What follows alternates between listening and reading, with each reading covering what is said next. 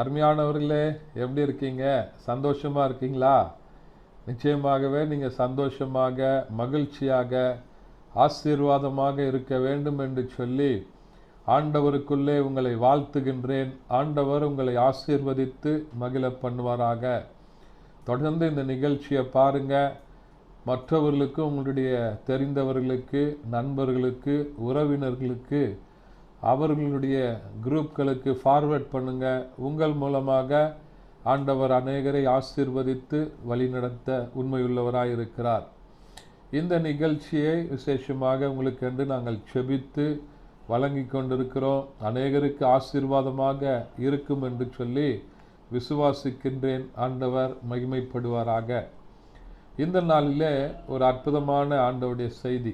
அது என்னவென்று சொன்னால், சங்கீதங்களின் புத்தகம் 17ஆம் சங்கீதம் அதனுடைய 15வது வசனம் இப்படியாக சொல்லுகிறது, நான் விழிக்கும்போது உமது சாயலால் திருப்தி ஆவேன் என்று சொல்லி சங்கீதக்காரனாகிய தாவீது ராஜா சொல்லுகிறதை பார்க்கிறோம்.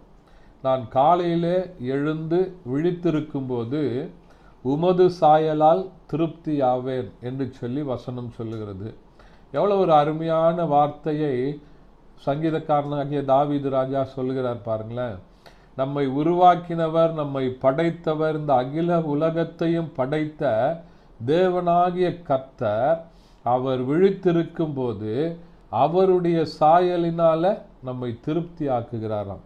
இந்த கருமையானவர்களே, இந்த நிகழ்ச்சியை பார்க்கிற உங்களையும் இந்த காலை வேளையில் ஆண்டவர் அவருடைய சாயலினால உங்களை திருப்தி ஆக்குவார். ஆண்டவரை பார்க்கிற அளவிற்கு உடைய வாழ்க்கையை ஆண்டவர் பரிசுத்தப்படுத்துவார். பரிசுத்தம் இல்லாமல் ஒருவனும் தேவனை தரிசிப்பது இல்லை என்று சொல்லி வசனம் சொல்லுகிறது. ஒருவேளை என்னுடைய வாழ்க்கையில நான் அநேக நாட்களாக இந்த ஆண்டவரை பார்க்க வேண்டும் அப்படின்ற ஆசை எனக்குள்ள இருக்கலாம். பார்க்க முடியாமல் என்னுடைய வாழ்க்கையில எப்படி நான் கடவுளை பார்க்கலையே. அநேகர் சொல்றாங்க, இந்த கடவுளை நான் பார்த்தேன், அவரோடு கூட பேசினேன் அப்படின்னு சொல்றாங்களே, என்னால் அது முடியலையே அப்படின்னு சொல்லி நினைக்கிறீங்களா? இன்றைக்கு பாவங்களை மறைக்கிறவன் வாழ்வடைய மாட்டான், அவைகளை அறிக்கை செய்து விட்டுவிடனோ இரக்கம் பெறுகிறான் என்று சொல்லி வசனம் சொல்லுகிறது.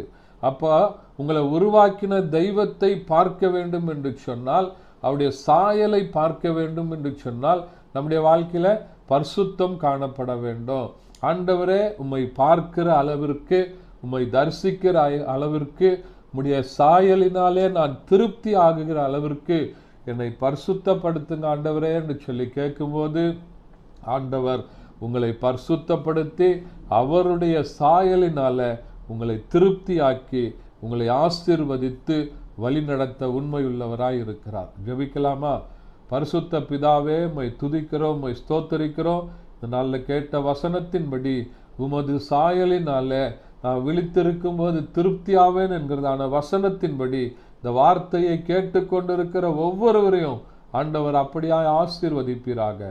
இயேசுவின் நாமத்தில் பிதாவே, ஆமென். Thank you. God bless you.